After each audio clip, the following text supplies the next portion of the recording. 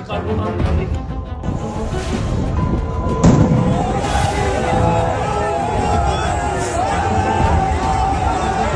हर बात में इनको अंबानी और अडानी नजर आते हैं। अडानी गेहूं खरीदता नहीं है, सिर्फ भंडारण का काम करता है। एक पूछना चाहता हूं, किसान कहाँ है, कहाँ आंदोलन है? एक बॉर्डर पर, एक जब कुछ लोग किसान तो अपनी खेती में लगे हुए हैं।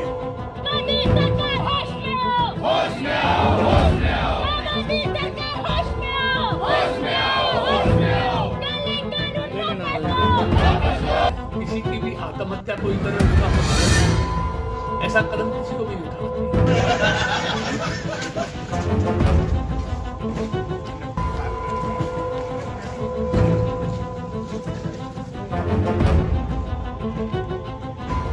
ये किसान देश विरोधी लोगों के हाथों में चला गया है। पत्रकार संजय कपूर के पितृशोक पर संतावना देने पहुंचे बीजेपी के केंद्रीय सामाजिक एवं अधिकारिता राज्य मंत्री कृष्णपाल गुर्जर ने कहा कि किसान तो अपनी खेती में लगा हुआ है। जिन दलों के राज में किसानों की हालत बद से बदतर हो चली गई थी, यही नहीं विपक्षी दलों के राज में किसानों पर लाठियां और गोली चलती भी हमने देखी है। किसान आंदोलन के दौरान ऐसे ही कुछ लोग राजनीतिक लाभ लेने के लिए किसी के बहकावे में आकर धरने पर आकर बैठ गए। गुर्जर ने कहा कि किसान आंदोलन में ऐसे राजनीतिक लोग घुस आए हैं जो देश विरोधी हैं और हिंसा और अराजकता का दौर लाना चाहते हैं। उन्होंने कहा कि मोदी सरकार किसानों से टकराव नहीं चाहती, बल्कि मुद्दों का हल करना चाहती है, लेकिन किसानों द्वारा हर बार नया मुद्दा खड़ा कर दिया जाता है, जबकि किसानों की हर मांग को सरकार मान रही है। उन्होंने कहा कि यह कैसा किसान आंदोलन है जहां शर्जिल इमाम, उमर खालिद भिंडेवाला के पोस्टर लगाए जाते हैं और देश विरोधी दंगा फैलाने वालों को रिहा करने की मांग की जा रही है। गुर्जर ने कहा कि देश के लोगों से ये बात समझ चुके हैं कि असली किसान अपने खेतों में अपने काम में लगा हुआ है। उन्होंने कहा कि मोदी सरकार से विपक्षी दलों को कई तरह की परेशानियां हैं, इसके चलते राजनीति की जा रही है। उन्होंने कहा कि मोदी सरकार ने किसानों को कई तरह के बंधन से मुक्त कर दिया है, उनके हित के लिए काम किए जा रहे हैं। तो आपने जो उपवास लिया उससे क्या मिला आपको? उपवास जो कल रखे, देखिए उपवास का मतलब लोकतंत्र में शांतिपूर्ण ढंग से उपवास करना, धरना देना, प्रदर्शन करना, ये हर किसी का मौलिक अधिकार है। लेकिन ऐसे आंदोलनों से जिससे आम जनजीवन अस्त व्यस्त हो जाए, लोगों का आवागमन बाधा मुक्त हो जाए, बाधा आ जाए, लोग नौकरी पे न पहुंच सकें, हॉस्पिटल न पहुंच सकें, अपने गंतव्य तक न पहुंच सकें, ये ठीक नहीं है। अपनी किसान तो ये कह रहे हैं जी कि ये आपने इनकी उसको कमजोर करने के लिए किया है। नहीं, हमने कुछ नहीं, हमने कोई कमजोर नहीं, हम तो किसान को मजबूत देखना चाहते हैं और इसीलिए मोदी सरकार ने पिछले 6 सालों में किसानों के हित में अनेक क्रांतिकारी फैसले किए हैं। तो इसलिए मैंने कह दिया, बार बार वही बात है, किसान हमारे लिए बहुत महत्वपूर्ण है, उसके हित हमारे लिए सर्वोपरि हैं।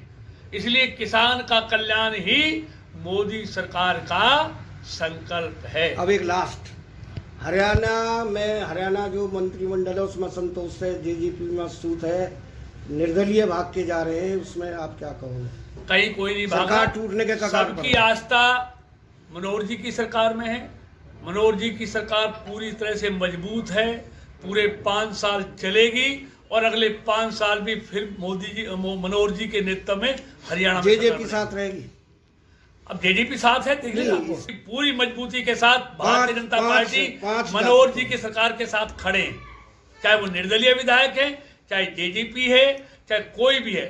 मनोहर जी की सरकार पूरी तरह से मजबूत है और मजबूती के साथ हरियाणा के लोगों के कल्याण के लिए कार्य कर रहे हैं। चौधरी वीरेंद्र सिंह ने उनके खिलाफ बगावत शुरू कर दी। वो हमारी पार्टी के वरिष्ठ नेता, मुझे उस बारे में कुछ नहीं कहना। मंत्री जी, आपका कहना है कि किसान आंदोलन के दौरान खालिस्तान और जो भिंडरेवाला इस तरह के नारे लगाए गए, विपक्षी दल इनको बरगला रहा है किसानों को और दंगा भड़काना चाहता है, तो केंद्र में आपकी सरकार ऐसे लोगों के खिलाफ कार्रवाई क्यों नहीं?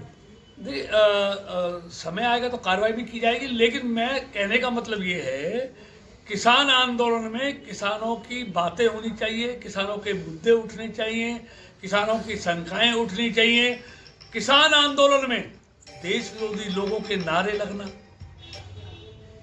दंगा फैलाने वालों को तो ऐसे लोगों के खिलाफ कार्रवाई होनी चाहिए, कार्रवाई होनी चाहिए ना। निश्चित तौर पर सारी चीजें, समय आएगा तो सब कुछ होगा। 2014 से जब से मोदी सरकार आई है, किसानों के घर में खुशहाली आई, किसान को फसल की उचित कीमत मिले, समय पर खाद पानी किसान को मिले, ये सब व्यवस्थाएं मोदी जी की सरकार ने पिछले 6 सालों में कर दिखाई है। और वो चाहते हैं कि मेरे देश के किसानों की आमदनी 2022 तक दुगनी हो। उन किसानों की आमदनी को दुगनी करने के लिए उन्हें समय समय पर उन्होंने अनेक किसान हित में फैसले किए।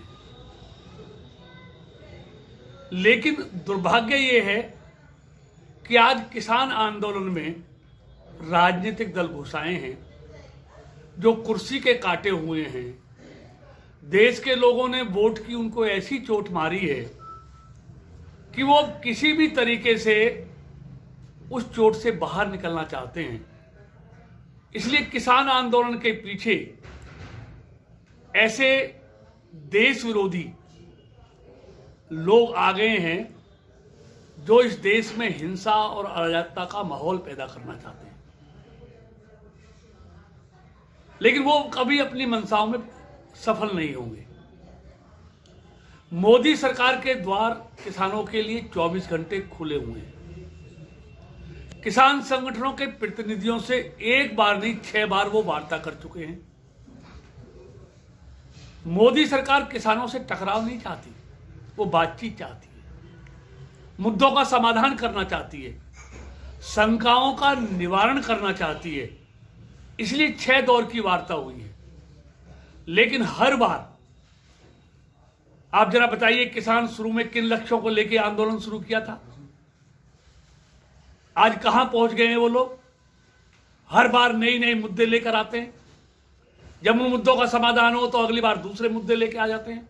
क्या चाहते हैं? फिर आखिरकार इसका कुछ तो निवारण होगा। इसका निवारण एक है कि बातचीत करके जो उनको शंकाएं हैं वो बताएं कि किसानों का क्या नुकसान हो सकता है। उनकी मांग थी कि एमएसपी को लिखित में दिया जाए, पहली मांग थी, सरकार उसे मानने को तैयार है। एपीएमसी मंडियां समाप्त नहीं होंगी, किसान उसको भी मानने को तैयार है। कॉन्ट्रैक्ट खेती में उनको कहते थे हमको सिविल न्यायालय में जाने का अधिकार होना चाहिए, वो भी मानने को तैयार है। किसानों की जमीनों को व्यापारी हड़प लेंगे, उसको भी मानने को तैयार है किसी कीमत पर किसान, क्योंकि फसलों का कॉन्ट्रैक्ट होगा, जमीन का कॉन्ट्रैक्ट नहीं होगा। उनकी हर समस्या का समाधान करने के लिए सरकार तैयार है। लेकिन ये क्या किसान आंदोलन कहेंगे इसको आप, जिस पर शर्जील इमाम, उमर खालिद, भिंडरावाला के पोस्टर लहराए जाते हो, देश विरोधी दंगा फैलाने वालों को रिहा करने की मांग की जाती हो। क्या ये किसान आंदोलन के मुद्दे हैं? क्या ये किसानों के मुद्दे हैं? तो ये लोगों की समझ में आ रहा है असली किसान अपने काम में लगा हुआ है। कहां थे कांग्रेस के लोग? इनके राज में स्वामीनाथन आयोग बना, 8 साल तक स्वामीनाथन की रिकमेंडेशन, उसकी अनुशंसा फाइलों में दबी रही, कभी इन्होंने लागू करने का ना काम किया। स्वामीनाथन जी ने खुद कहा है, मेरी अनुशंसाओं को मानने का काम अगर किसी सरकार ने किया है तो मोदी सरकार ने किया है।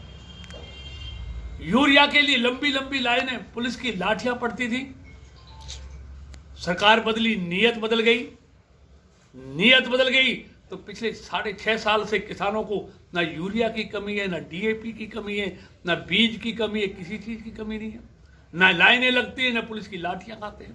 क्यों हुआ आखिरकार ये? सुप्रीम कोर्ट ने जो अभी जो डिसीजन दिया है, जो अभी डेट आनी है, उसके बारे में आपका क्या है? उसी की वेट कर रहे हैं? देखिए, भारतीय जनता पार्टी और मोदी सरकार हमेशा कानून में विश्वास करती है, अदालतों में विश्वास करती है, और सर्वोच्च न्यायालय में भी हमारा अटूट विश्वास है। हमने हमेशा, हमारी सरकार ने भी, हमारी पार्टी ने भी अदालत के फैसलों को माना है। लेकिन अदालत के फैसले किसने नहीं माने? वो भी यही दल हैं, जो विपक्षी दल हैं, जिनको आज मोदी सरकार से पता नहीं क्या क्या परेशानियां हैं।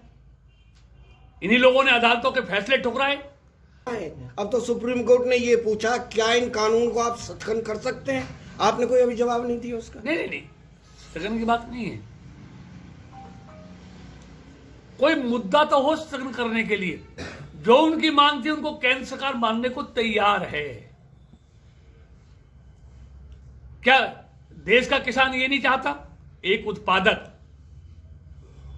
अपने पेन को, अपनी गाड़ी को, अपनी मोटरसाइकिल को, अपने टीवी को, अपने फ्रिज को देश के किसी भी हिस्से में बेच सकता है। क्या बुरा कर दिया मोदी सरकार ने? अगर किसान को बंधनों से मुक्त कर दिया, आजादी दे दी, उसकी इच्छा पर निर्भर कर दिया। अगर आपको मंडी में अच्छा दाम मिलता है तो मंडी में बेचो, अगर मंडी से बाहर अच्छा दाम मिलता है तो बाहर बेचो। हर बात में इनको अंबानी और अडानी नजर आते हैं। ये बताइए, जो ये कहते हैं कॉन्ट्रैक्ट खेती, अभी 2019 में कॉन्ट्रैक्ट खेती के लिए पंजाब की सरकार ने जश्न मनाया था। क्यों मनाया था? किसकी सरकार है वहां? अडानी गेहूं खरीदता नहीं है, सिर्फ भंडारण का काम करता है, और वो भी उसकी मालिक एफसीआई है। वो उसकी अनाज की सुरक्षा के लिए अपना योगदान देता है। उसका अनाज के व्यापार से कोई लेना देना नहीं है। और जहां तक स्वामीनाथन की बात है, स्वामीनाथन ने खुद कहा है कि मेरी रिपोर्ट को लागत का 1.5 गुना मूल्य देने का काम स्वामीनाथन जी ने कहा था, ये मोदी जी ने शुरू किया है, उनकी सरकार ने शुरू किया है। कांग्रेस की सरकार 2009 से लेकर 2014 तक एमएसपी पर जितने खाद्यान्न की खरीद उन्होंने की, ये रिकॉर्ड है, आप निकाल, उससे डबल खरीद मोदी जी की सरकार ने की। उसे डबल भुगतान, जितना भुगतान खाद्यान्न के लिए यूपीए कांग्रेस की सरकार ने 2009 से लेकर 2014 तक किया, उससे डबल भुगतान मोदी जी की सरकार ने किया। किसकी जेब में गया? किसकी जेब में पैसा गया? किसान की जेब में पैसा गया। और कांग्रेस की सरकार सिर्फ धान और गेहूं की एमएसपी पर खरीद करती थी। हमें किसी की भी आत्महत्या कोई करे उसका हमें बहुत दुख है, ऐसा कदम किसी को भी नहीं उठाना चाहिए। लेकिन मैं एक पूछना चाहता हूं, किसान कहां है? कहां आंदोलन है? एक कुंडली बॉर्डर पर, एक जब कुछ लोग, किसान तो अपनी खेती में लगे हुए हैं। एक किसान देश विरोधी लोगों के हाथों में चला गया है, इसलिए वो किसी भी कीमत पर किसानों का भला नहीं चाहते। जिन दलों के राज में किसानों की हालत बद से बदतर होती गई, आज वो बात बना रहे हैं। तो पर तो हमने लाठियां और गोलियां चलती देखी हैं इन विपक्षी दलों के राज्यों में, लेकिन मोदी जी की सरकार वो काम नहीं करेगी। मैंने कहा ना, किसानों के हित मोदी सरकार के लिए सर्वोपरि हैं। कि खेती मोदी सरकार के लिए प्राथमिकता है। किसान के घर में खुशहाली लाना, उसको आत्मनिर्भर बनाना, उसको आर्थिक तौर पे मजबूत करना, उसकी फसल की कीमत दुगनी मिले, ये मोदी सरकार की प्राथमिकताएं हैं।